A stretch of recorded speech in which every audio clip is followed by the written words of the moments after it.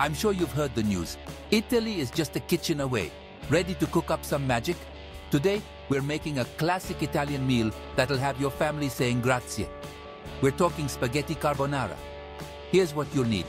400 grams of spaghetti, 200 grams of pancetta, 2 large eggs, 1 cup of grated Parmesan cheese, 2 cloves of garlic, and a pinch of salt and pepper.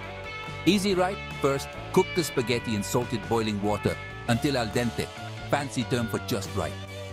While that's cooking, heat a pan, toss in the pancetta and garlic, and let them dance together until crispy. In a bowl, whisk the eggs and cheese until smooth.